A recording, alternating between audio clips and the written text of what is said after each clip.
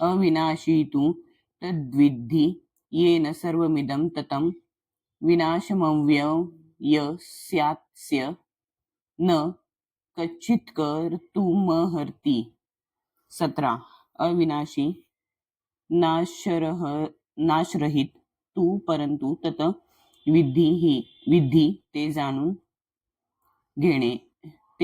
घे तत्विधी ते जाणून घे येन ज्याने सर्वं संपूर्ण शरीर इदम हे ततम व्यापलेले आहे विनाश अव्ययस्य जे अविनाशी आहे त्याचे अस्य या न कच्चित कोणालाही नाही कर्तुम करणे अहर्ती शक्य जे संपूर्ण शरीराला व्यापून आहे ते अविनाशी आहे असे तू जाण ते अविनाशी आत्म्याचा कोणीही नाश करू शकत नाही। तात्पर्य या श्लोकामध्ये संपूर्ण शरीर व्याप्त करणाऱ्या जीवात्म्याच्या स्वरूपाचे विश्लेषण करून सांगण्यात आले आहे। संपूर्ण शरीरात चैतन्य पसरलेले आहे हे कोणीही जाणू शकतो। शरीराला अंश किंवा पूर्ण रूपामध्ये होणाऱ्या सुखदुःखाची जाणीव प्रत्येकाला असते। हा चैतन्याचा प्रभाव प्रत्येकाच्या स्वतःच्या शरीरापुरताच मर्यादित असतो। एका शरीराच्या सुखदुःखाची जाणीव दुसऱ्या शरीराला होत नाही म्हणून प्रत्येक शरीर हे एका व्यक्तिगत जीवाचे आच्छादन असते आणि जीवात्म्याच्या शरीरातील उपस्थितीचे लक्षण हे व्यक्तिगत चेतनेद्वारे कळून येते। या जीवाचे परिमाण केसाच्या वरच्या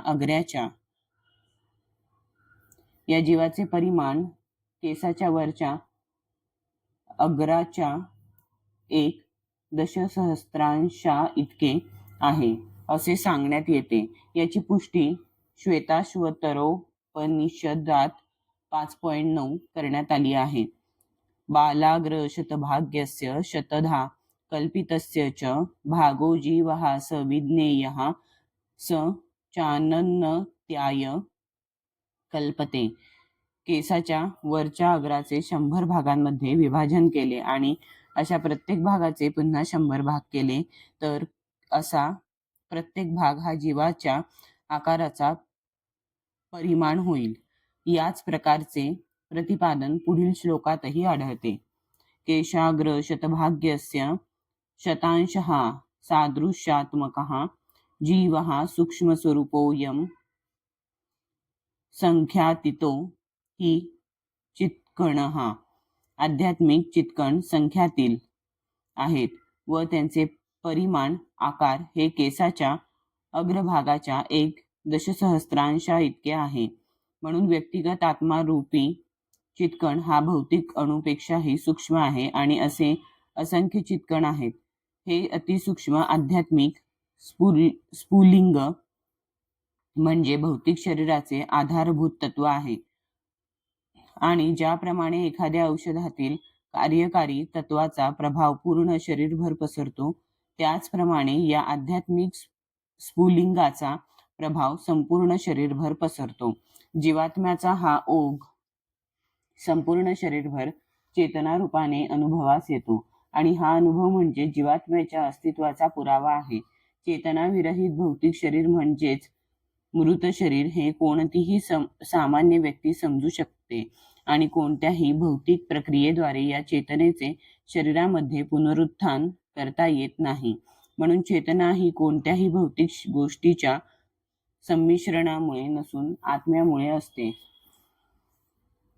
मुंडकोपनिषदामध्ये 3.1.9 आण्विक जीवात्म्याच्या परिमाणासंबंधी अधिक विश्लेषण करण्यात आले आहे।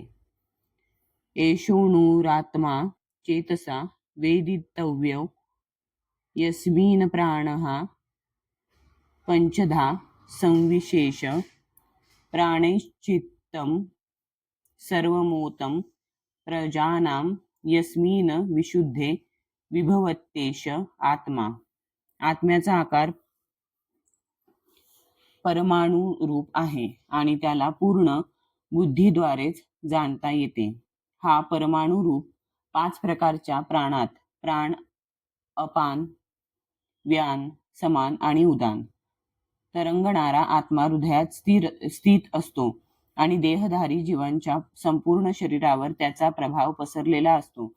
जेव्हा आत्मा 5 प्रकारच्या भौतिक प्राणांपासून पवित्र होतो तेव्हा त्याचा आध्यात्मिक प्रभाव दृग्गोचर होतो. विविध आसनांद्वारे पवित्र जीवात्म्याला घेरणाऱ्या 5 प्रकारच्या प्राणांचे नियंत्रण करणे हे हठयोगाचे प्रयोजन आहे. हा योग भौतिक लाभाकरिता नसून सूक्ष्म जीवात्म्याला भौतिक वातावरणाच्या गुंतागुंतीतून मुक्त करण्याकरिता आहे. म्हणून संपूर्ण वैदिक साहित्यामध्ये अणुरूप जीवात्म्याचे स्वरूप मान्य करण्यात आले आहे आणि कोणत्याही सुज्ञ मनुष्याला प्रत्यक्ष व्यवहारामध्ये याचा अनुभव येतो. केवळ अक्कलशून्य व्यक्तीच हा परमाणुरूप जीवात्मा सर्वव्यापी विष्णू तत्व आहे असे म्हणू शकते. परमाणुरूप जीवात्म्याचा प्रभाव संपूर्ण शरीरभर पसरू शकतो. मुंडकोपनिषदाप्रमाणे हा अणुरूप आत्मा प्रत्येक जीवाच्या हृदयामध्ये स्थित आहे. या अणुरूप आत्म्याचे मोजमाप करणे हे भौतिक वैज्ञानिकांच्या ग्रहणशक्तीच्या पलीकडे आहे आणि यामुळेच ते मूर्खपणाने प्रतिपादन करतात की आत्मा अस्तित्वातच नाही. व्यक्तिगत अणुरूप आत्मा हा परमात्म्यासहित निश्चितपणे हृदयामध्ये आहे आणि म्हणूनच शारीरिक हालचालीसाठी लागणारी संपूर्ण शक्ती शरीराच्या या भागातूनच उत्सर्जित होते. फुफ्फुसातून प्राणवायू वाहून नेणाऱ्या पेशी आत्म्याकडून शक्ती प्राप्त करतात. जेव्हा जीवात्मा या ठिकाणाहून निघून जातो तेव्हा शरीरातील रक्तोत्पादनाचे कार्य थांबते. वैद्यकीय विज्ञान तांबड्या पेशींचे महत्त्व मान्य करते, पण शक्तीचे उगमस्थान हे आत्मा आहे याबद्दल ते निश्चितपणे सांगू शकत नाहीत.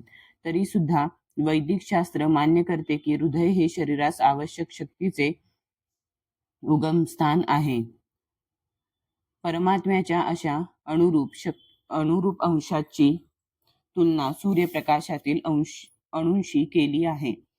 सूर्यप्रकाशामध्ये असंख्य तेजोमय अणू असतात. त्याचप्रमाणे भगवंतांची अंशरूपे म्हणजे भगवंतांच्या किरणातील आण्विक स्फुल्लिंग आहेत. यांना प्रभा किंवा पराशक्ती असे म्हटले जाते. म्हणून कोणी वैदिक ज्ञानाचा पुरस्कर्ता असो अथवा आधुनिक विज्ञानाचा पुरस्कर्ता असो, तो शरीरातील आत्म्याचे अस्तित्व अमान्य करू शकत नाही. पुरुषोत्तम श्री भगवंतांनी स्वतः भगवद्गीतेमध्ये या आत्म्याच्या विज्ञानाचे वर्णन विस्तृतपणे केले आहे.